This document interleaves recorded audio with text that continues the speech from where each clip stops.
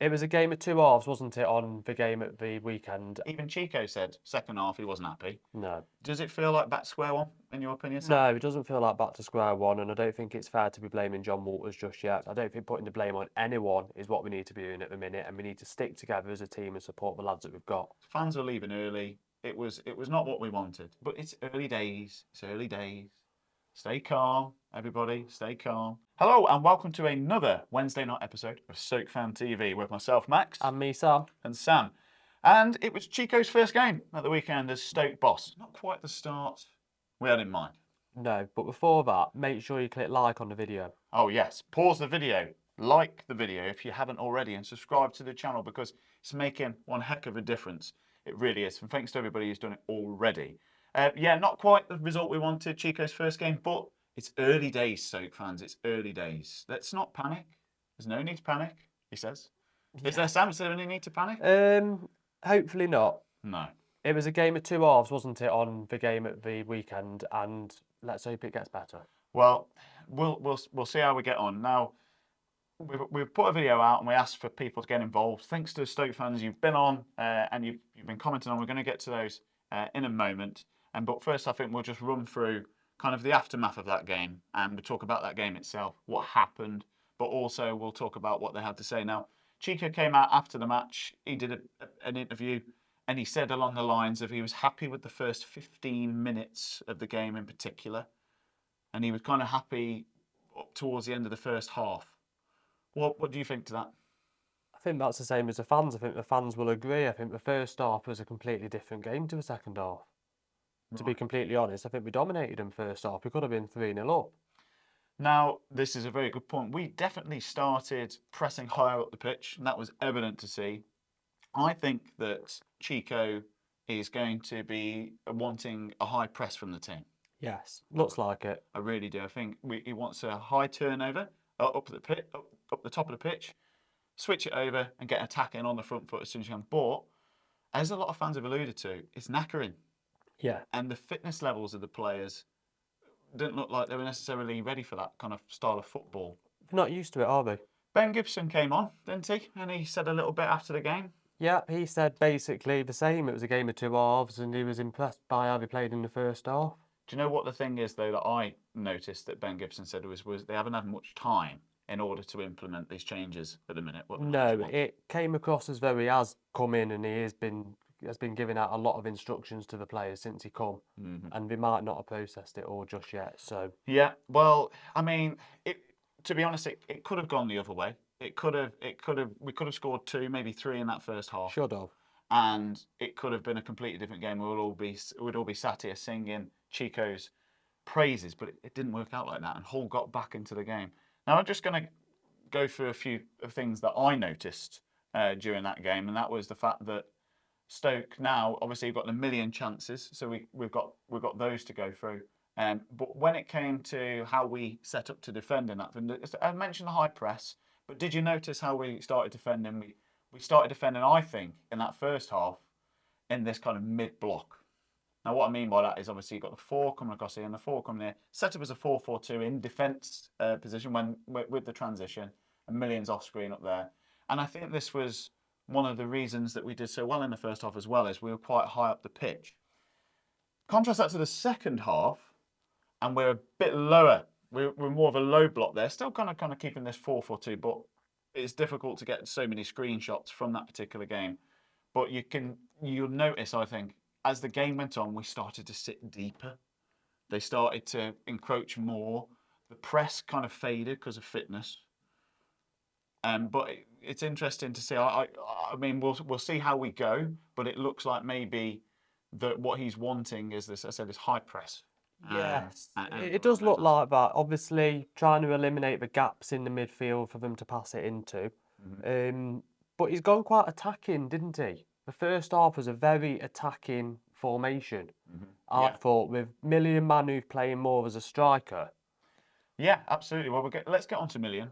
Let's get straight onto him. Now, before we look at his kind of stats and where he was, let's have a look at his chances, because people have mentioned these. Now, the first kind of chance he had was the Kumas one. You've got a bit to say about this. You think he should have passed to Kumas? I think he should have passed to Kumas and Cannon on both occasions he had the opportunity to be honest, because they were both in better positions than he were. Well, this is the chance we run through before he shot. Obviously, he was going in this direction and he was aiming for this side of the goal here. Here's Kumas on the right-hand side. He could have laid it off there. If we look at the next image, you can clearly see he's even asking for the ball. Yeah. He's saying, play me in. It probably would have made sense for him to play him in, wouldn't it? 100%. Even if he played in Kumas and then made a run into the box, he could have put a ball in the box because there's somebody running at the back post. Is it Cannon? Yeah, yeah. So there's more options doing that because them Hull defenders run straight towards Manhoef after this, and he has to cut across. If he's got the ball, Kumas here at the bottom, he's open. Yeah, I think he should have played Kumas in, and this is obviously his shot. And if you look here, he's got players in front of him, so he's only really got this side of the goal to aim for. He did get it on target. He did get it on target. He would have had to put it right in top corner. Yeah. To score that. And I don't want to be overcritical of Manhoef because he scored a goal against Plymouth when there was nobody else on, and he's been one of our best players this season. So that's the Kumas chance. He just needs to pass it. Well, this is a Cannon one. Now I'm going to stick up for Manhoef here and say that maybe he shouldn't have passed. Let's have a look. Okay, so this is, again, you've got that similar kind of position. The last one we had Kumas, maybe Kumas was a bit wider down here. Now here, I think the defender got himself in a better position to defend this. Yes, because the defender's already reading Cannon's run and he's running in the direction that Cannon's running into. I think Cannon here, again, this is uber critical goal. I think he could have done a bit more. And I'll show you what I mean by the next, that's the Kumas one. Now, there you go, there's the difference. So it's not that far off. Now, this is the Cannon chance from a different angle. If you were to look at that there, from that particular thing, would you say he should pass to Cannon or would you say he should shoot? From that, I would run to the left-hand side of the goal and drill it in bottom left corner. Which he kind of tried to do. Yeah. I think Cannon here could potentially do a bit more. Maybe could get a bit closer, give him an easier pass. It's not going to be the easiest of passes there into that space. Just saying. But Million Manhouff in general this season, if we can go to just his stats from that particular game, okay. So here we go. Set up 4-4-1-1 with Manhoef in that central position, as you've mentioned. I wouldn't agree with that though. I'd say Tom Cannon was more of a left striker, and Million Manhouff was more of a right striker in a 4-4-2. But well, let's have a look at the average for. This is the average positions from this particular game. Just as you alluded to there, Sam. Here's the 4 at the back. Here's your 2 in the middle, and here's your 4 up front. And look, here's Million, and here's Cannon.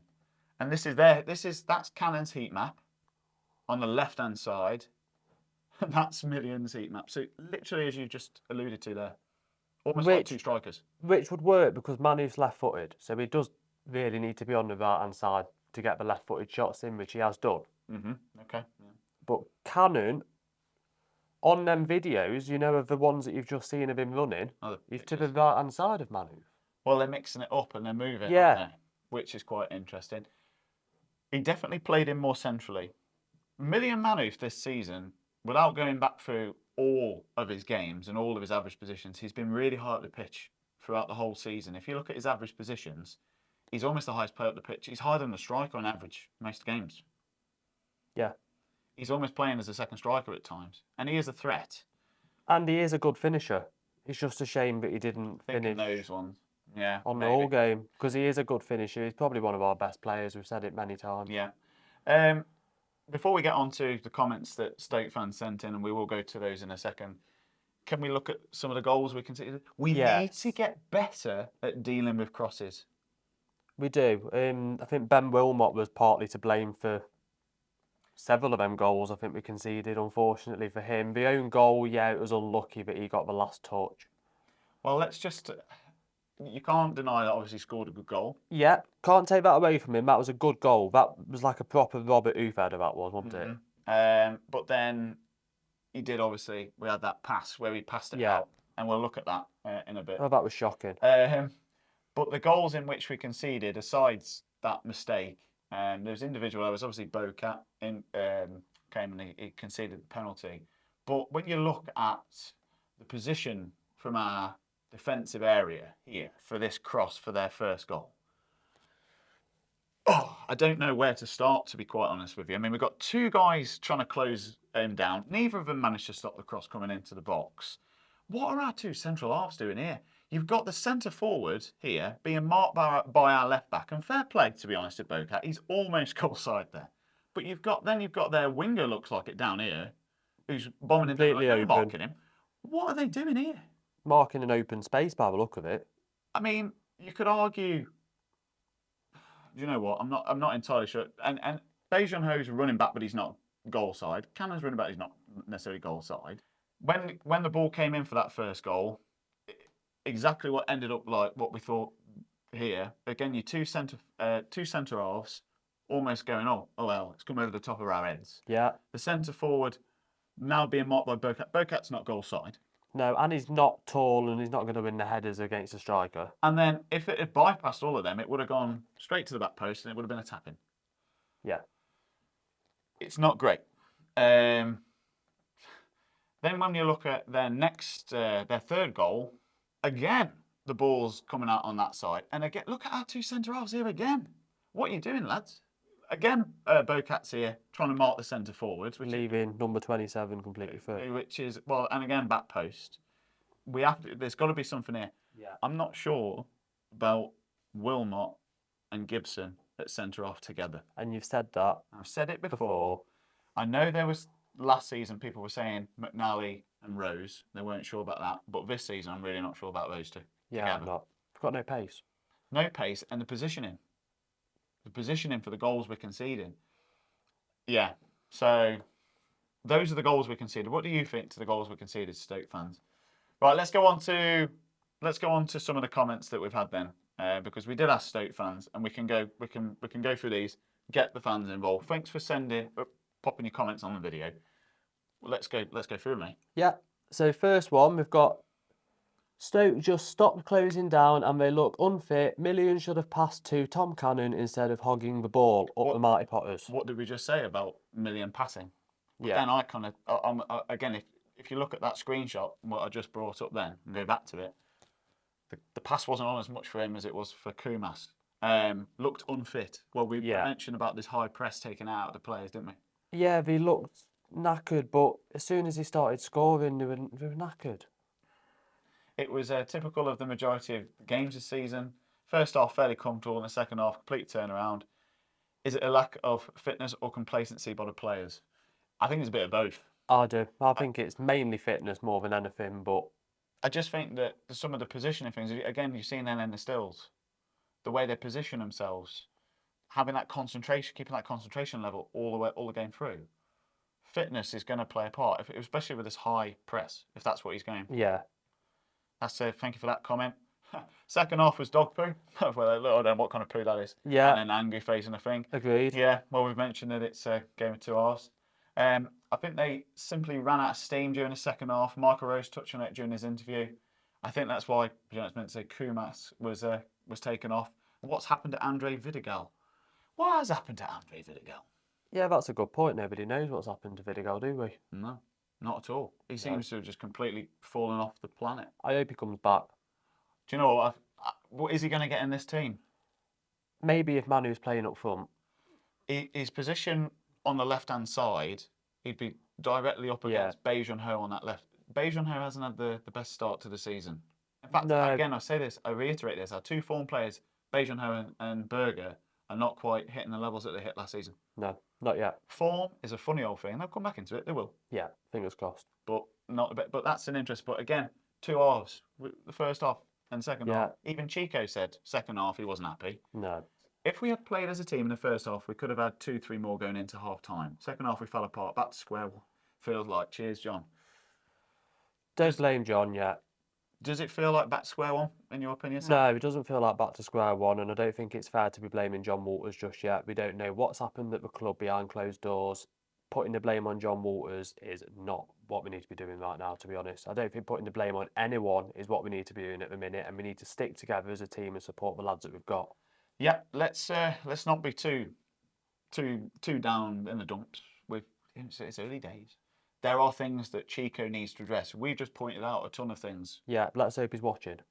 Chicho, you're watching. We need to address those issues and individual errors as well, decision making, without trying to be too negative.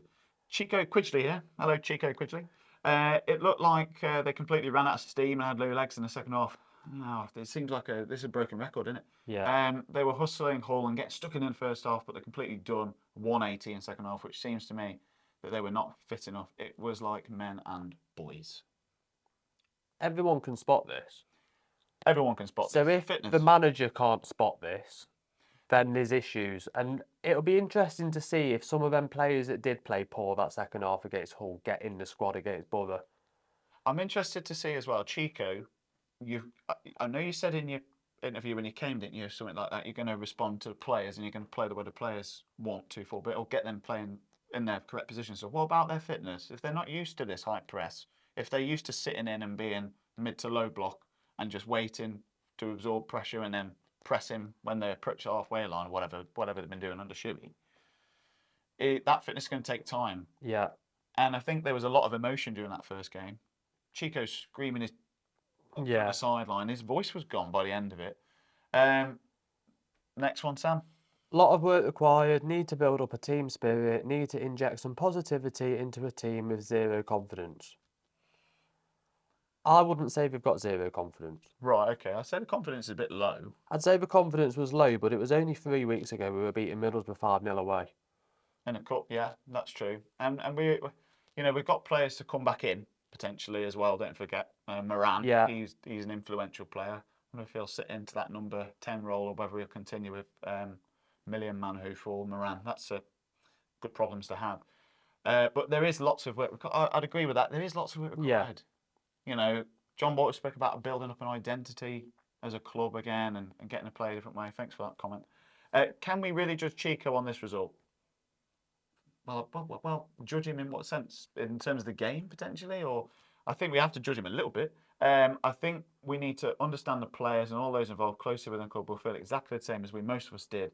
And there's a shock and there'll be a no man's land. Yes. Yeah.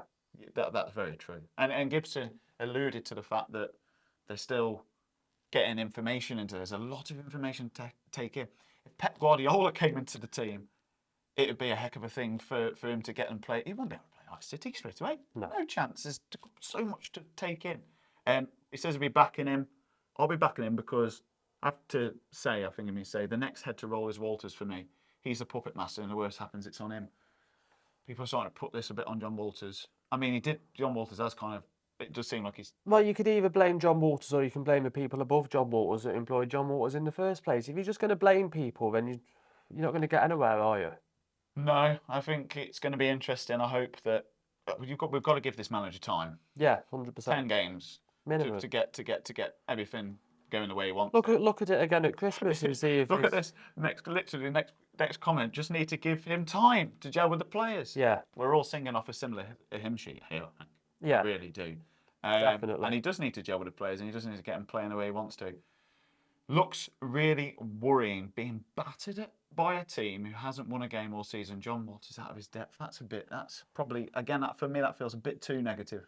I don't think too negative. We didn't get battered. I'd say second half we got battered, but not on a whole game we didn't get battered. I don't think we got battered second half. It's just that we ran out of steam. The positioning was off. Again, you've seen from those stills there that we didn't defend well. No. And decision making in the final third at times, we should have scored more. Yeah. It wasn't great. Fans were leaving early. It was not what we wanted. No. And but it's early days. It's early days. Stay calm, everybody. Stay calm. And he has mentioned John Walters. We don't know what depths John Walters can go. He's not done this role before, has he? No, it's all unfamiliar territory for everyone, I think, to be honest. Next one, Michael Owens. Thanks for watching, Michael. Couldn't get the ball out of our half in the second half. Centre-back clearances went straight to Hull players, as did all of our throw-ins. Kept trying to play out from the back when it just wasn't working. Couldn't be variant and let Victor launch it into the opposition's half occasionally, push for three, push the press back and give our speedy forwards a chance. Think we need to upgrade at right back too. Is Dixon ready? Now, about that goal kick routine, yeah, completely agree. What a load of nonsense that is. Did you not like it? No, Playing out from the back? no. It's the way he wants to play. It looks like he wants to play possession style football. It's too risky. Unless you're good at it. Unless you're good at it, which we're not. Okay, so you think it? I mean, but there was occasions in that game where Victor did launch it forward from goal kicks. He did launch it. It was basically exactly the same as taking a normal goal kick, but your defenders would pass it to him and then he'd boot it. If he miskicks that, I'm not saying that he will because he's a professional goalkeeper, but if he accidentally slipped or miskicked that, that's a goal then to your opposition. And you've literally not even had to do anything. I get why they're trying to do it. They're trying to play this kind of they're going to rotate in there and keep hold possession. When the ball did go long, I didn't see Cannon winning the ball. No one more. I didn't see us winning the ball when it went long. But he makes a good point. I mean, he says upgrade right back is Dixon ready.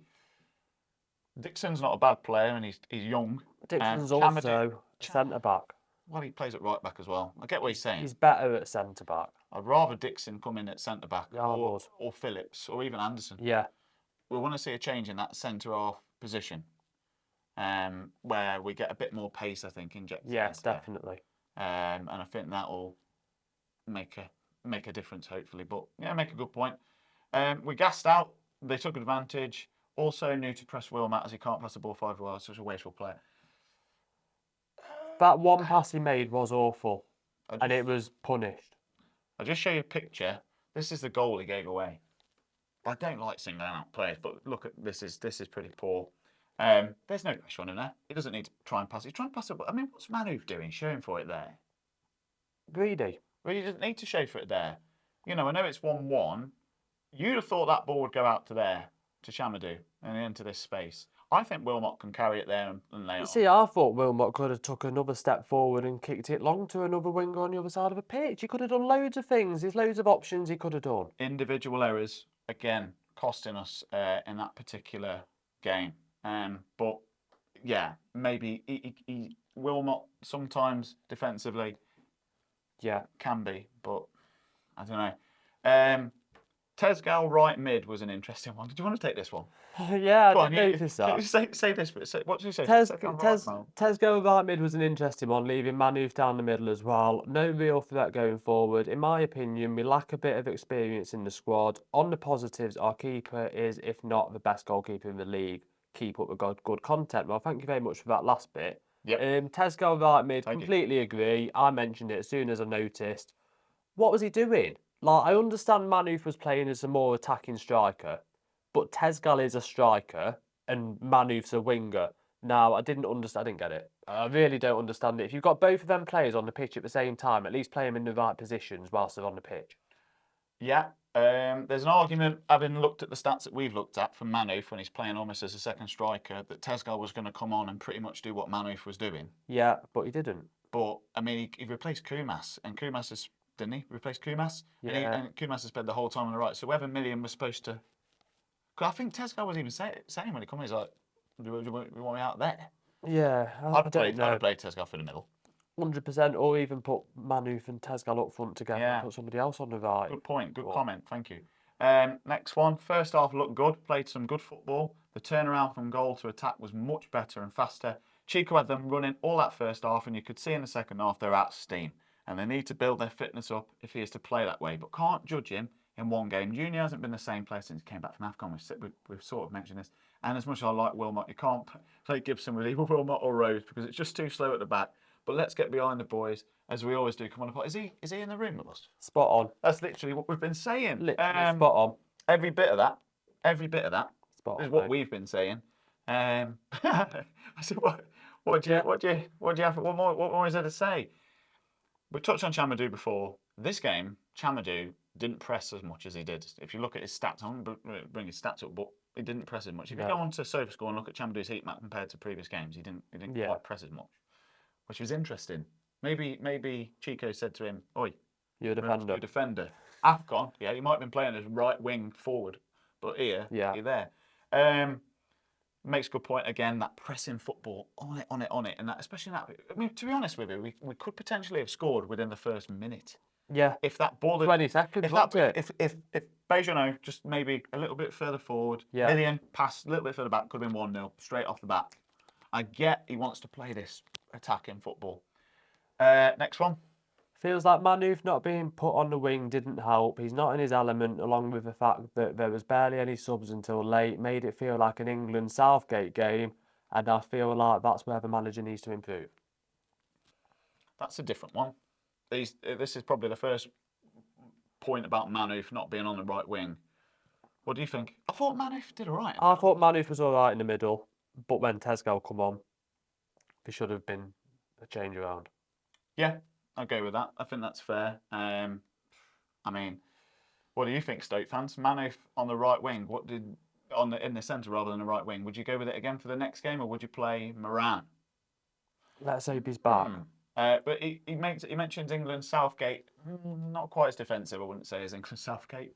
No. He looks a bit like him, but everybody don't think he had a chance to change much really with 1 day of training. Going to hold off and give him a chance. But that was very much more of the same. Hopefully that changes a bit once he does have the time. Up the Potters. Yeah. Maybe it will change. We've got to give the man time. Definitely. We've got to give him time. He's only been in the club 2 days, Auntie, or something. You can't judge that. Don't worry too much. Don't jump to anything. He's got to have the time to implement what he wants to do. Yeah. Give him a series of games at least. I know it's not what a lot of fans wanted. They were happy with Shivy, but we've got to give him time. To be honest, we should have been 3 up at half time, but they were still a threat then. Bit of an anticlimax in the end, and like most say, we ran out of energy. Thought Chicho took it in his stride when interviewed, pinpointed the problems and what went wrong, and wasn't frustrated with losing his first game. Good point. Absolutely. To be fair, we should have scored more. By the end of the first half, ran out of energy. This is what everyone's saying the same thing. It sounds like everyone's singing off the same hymn sheet. Good bit of pressure in that first half. A good bit of running. Then we started to lose a bit of control. Then and the shape and questioning all the play. This person, Sol on the bench, etc. I mean, Sol Sidibe, young lad, played with a double pivot with Berger and Thompson. Yeah. I thought they played well together. Yeah. I don't think Berger's at his best, and I think his tackling needs to improve. He should have done better. Even when Wilmot conceded the ball, he should have stood him up and delayed it and slowed it all down, waited for people to get back in. And his tackling hasn't been brilliant. I think there was another. He should have put it for the third goal as well. Yeah. Thompson, I thought, did a race. I quite like. I don't know. What do you think to that centre mid thing with Sol Sidibe? Would you have Sidibe in there? I wouldn't have Sidibe on from the start, but he's a very good player. So I could understand why he's questioning him not playing on the pitch when Berger's playing on the pitch and not playing well when Sidibe can play good. So yeah, that's true. Right, Miller coming on at left wing, second half, changed dynamics. Then we committed some basic defensive errors. Bocat should have cleared before he fouled to give the pen away. Wilmot did his usual sloppy pass out as we were looking to break, so the ball came straight back for them to score. At that point, we were all over the place. Final mistake was putting Tesgal on the right wing. These are things we have spoken about before, but he does mention there a player coming on for Hull. I've seen. Yes, Miller. Did he make that much of a difference? Was it individual errors? Was it a bit of both? Yeah, he's pointed out some. But yeah, there were defensive errors. Yeah. We've spoken about that. We've gone into it. Tesgal on the right wing. You're not a fan of that, are you? No, it didn't work. I mean, but he's going to be trying things, and it's early days, man. It is early days. Yes. Thank you, though. Thanks for that comment. Hull saw our weaknesses and changed it at half time. We simply couldn't cope. Love Million, however, he needs to use his teammates around him and not always go on his own. In Chicho, we believe. Well, we've touched on that about him should have passing it to Kumas or Cannon. I thought he was a bit too greedy, personally, in that game. But I do, love Million. Yeah, he's probably our best player, though, isn't he? So we can't knock him too much. Yeah. But, you know, and he scored that goal against Plymouth when arguably he could have passed, but he didn't. And I'm glad he didn't. Yeah. We wouldn't be in Plymouth. But yeah, Hull did react. We just ran out of steam. So the first 35 minutes was good, pressing really well. She scored that second when we were on top, kill the game off, and we could have scored. Yeah. We perhaps should have scored. Doesn't excuse it though. If we don't score, no. The game's a 90-minute game. Second half we did run out of steam. There was a lot of steam running out. Typical game of two halves. Really good first half, where we should have gone in 2-0 up. In the second half, the players seemed to run out of steam and conceded 2 soft goals. In my opinion, we can't start to judge Chicho until he's had a few more games up the Mighty Potters. Correct. Do you agree? Correct. Absolutely. We can't start to judge him until he's had a few games. 2 soft goals. Yes. Game of 2 halves. Pretty much echoing what a lot of fans are saying. Everyone's got a similar kind of thought. Yeah. That's kind of good. I honestly think some players don't want to be at Stoke now. Ooh, who? Let us know. So many rumours about Shuey and not being allowed to keep players from last season or get his own players. Is there? I don't know. Have you heard anything? I've not heard. I mean, let us know. I mean, interesting. P.S. I feel sorry for Juno and Seko trying to understand Scouse. And then the Spaniard turns up. Well, yeah, I suppose it is difficult. Which is harder. Yeah. It's harder to understand. Yeah, maybe there are some players who don't want to be at Stoke. But that's always the case. That's always the case. It's always the case at any club. For some teams, it's a stepping stone. Well, saying that, you wouldn't say that about Man City, but we'd all want to be there, wouldn't we? Yeah, but come on. Yeah. At Stoke, there's going to be people that are looking at a championship club versus a club that's winning the Champions League. Illegally. We're not going to go there. Peter Potter. Peter Potter, he's commented twice, but we're pretty much the same thing. Lots of pressure heaped on a very young and experienced coach and players. We need a better blend of youth and experience moving forward. Chico needs to look after that throat of his. Sounded like Sean Dyche in his post-match press interview. Well, he did play a 4-4-2 defensively. Yeah. Yeah, we didn't quite go route one all game. We must support our team, no matter what, though. Adios, mi amigos, Pedro Al Potter. Do you know, watch a YouTube video. Sean Dyche Masterclass, it was called. Yeah. Sean Dyche Masterclass. on tactics, 4-4-2 tactics. Okay. He just drove the bus into the room, so there you go. Thanks for that, Pete. Yeah, interesting. There are inexperienced players in this Stoke team. He is an inexperienced. He's on about his throat, looking after his throat. I liked he was shouting all weird stuff at the manager. He was very passionate in that first game. He was full of emotion. I'm not sure if that helped the whole setup necessarily. I think it... No, and a lot of them, they were like running around a bit. The coaching staff were like wondering what to do and who to speak to and stuff. I don't think they really knew what we were doing yet. I think it's only been there 2 days, hasn't they? So... Early days, man, early days. Yeah. If we took more of our chances, the game could have been different. We make terrible errors that always cost us, like giving the ball away cheaply. We need to start doing the basics right, keeping possession of the ball, not losing it cheaply. One positive, though, I think, Shamadou had his best game for us. Interesting. Had his best game for us. What do you think? Well, it's not his best game for us ever, because he was playing really well, I think, before AFCON. Maybe one of his best games this season. And he wasn't so far up the pitch. He wasn't so far up the pitch. But I said this. If you look at his heat map, he wasn't all the way up here. He was back a little bit. We do need to stop losing it cheaply. There's lots to work on. There is. Lots of food for thought. Stoke fans, thanks very much for all those comments there. I know this is a super long show. Yeah. There's got loads of... I was expecting like 5 or 6 comments. We've got like 25. Got loads. Thanks for everyone for getting in touch. We do appreciate it, and we hope we gave you a mention on there. Shall we have a quick mention to the Middlesbrough game on Saturday? Well, we beat them in the Cup. 5-0. Let's beat them in the league. They'll play a completely different team to what they did in the Cup. Yeah, and Stoke will play a completely different team to what we played in the Cup. Yeah, well, do we stick with the same lineup as before? I want to see a change at centre-half. I want to see a change in centre-half I don't dislike Gibson and Wilmot. I'm just not sure of them playing together, and I've said it before and I'll say it again. I would quite like to see Phillips, if he's got over his head wobble, back in the team. I'd like to see him at centre-half again because he's quick and he's tall and hopefully he can position himself. I'd like to see Michael Rose get a game at centre-half because he scored in the game before. Why not? We know he can play there, but is he the pace that we need back there to go alongside the other two? Well, he's got experience and he's played for us for a season, so...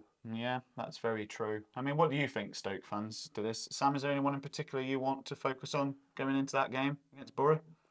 I just hope we win, and I hope it kick-starts the new era at Stoke City. Keep a lookout for how he plays tactically, Stoke fans. Is he going to play with that high press? Is he going to sit back in that 4-4-2 in a mid-block or a low block? What's he going to do? How are we going to get the ball back? How are we going to transition? You know, how are we going to get those dangerous players in Manhoef and Juno and Kumas into that half space? Is Moran going to come in? God, there's tons to talk about. We could go on forever. We really could go on forever. But we're not going to, because we know you've got other things to do with your life. Yeah. Okay. So that's it from us, I think, for another episode of Stoke Fan TV. Thanks for everybody that participated in the show. Sam, anything else to say before we finish? Predictions, Saturday. I'm going to say 3-0 Stoke. Oh, yeah. Yeah, why not? 2-1. 2-1. Oh, pessimist over here. Mr. Negative. To Stoke. 2 Stoke. Oh, right, okay. Yeah, all right. Not a loss. All right, okay. Well, that'd be nice, wouldn't it? Look at that. It'd probably be a draw now. Anyway, thank you for watching. Don't forget, if you haven't already, please hit the like button, please hit the subscribe button, and that's it from me. And that's it from me. And him as well. We will see you on the next episode of Stoke Fan TV.